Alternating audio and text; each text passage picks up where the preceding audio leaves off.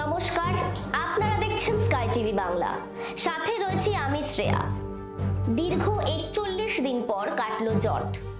আংশিক কর্মবিরতি তুলে নিলেন জুনিয়র ডাক্তারেরা। তবে এবার কি সাধারণ মানুষগুলো ঠিকভাবে পরিষেবা পাবে?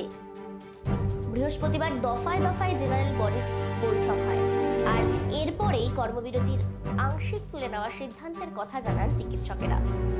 কর্মবিরতির পর থেকে কিছুটা সরে আসলেও আন্দোলন চলবে বলে জানানো হয়েছে। এখনো আংশিক, তাহলে আর কতজন চিকিৎসক তবে কাজে ফিরছে?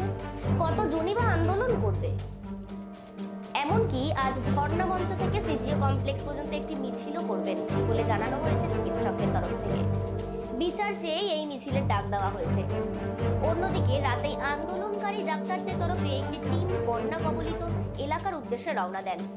তবে বন্যা তো শুরু হয়েছিল গত দুদিন আগে থেকে। ইতিমধ্যেই বন্যায় অনেক মানুষেরই ক্ষয়ক্ষতি হয়েছে। তবে সেই মানুষগুলোর কথা এখন কেন ভাবছে ডাক্তারবাবুরা? আজ বন্যা দুর্গত দুই মেদিনীপুরের অভয়া ক্লিনিক খোলারও কথা বলা হয়েছে। আরো কয়েকটি জায়গাতেও নাকি এই ক্লিনিক খোলা হবে বলে জানানো যাচ্ছে। অন্যদিকে আন্দোলনকারীদের তরফে দেবাশিস হালদার জানিয়েছেন, বিচারের দাবিতে আজ শুক্রবার মিছিল হবে। এরপর সবাই নিজের নিজের কলেজে ফিরে যাবেন। সেখানে বিভাগ ভিত্তিক এসওপিও তৈরি করা হবে। যে সমস্ত জায়গায় প্রয়োজন সেখানেই কাজে ফেরা হবে। বাকি জায়গায় কর্মবিরতি চলবে বলে জানিয়েছেন। এটাকে কি কাজে যোগদান দেওয়া যেতে বলা যেতে পারে? তাহলে কি দাঁড়াচ্ছে? একটি রোগী অত্যন্ত অসুস্থ, তার তখন ডাক্তারবাবুকে প্রয়োজন, তখন তারা যাবেন। এমনকি দাবি মানা না হলেও আগামী এক সপ্তাহে ফের পূর্ণ কর্মবিরতিতে ফেরার হুমকিও দিয়েছেন জুনিয়র চিকিৎসকেরা। স্বাস্থ্য ভবনের অবস্থান তোলার আগে সিজিও অভিযান চলবে, আংশিক কর্মবিরতি।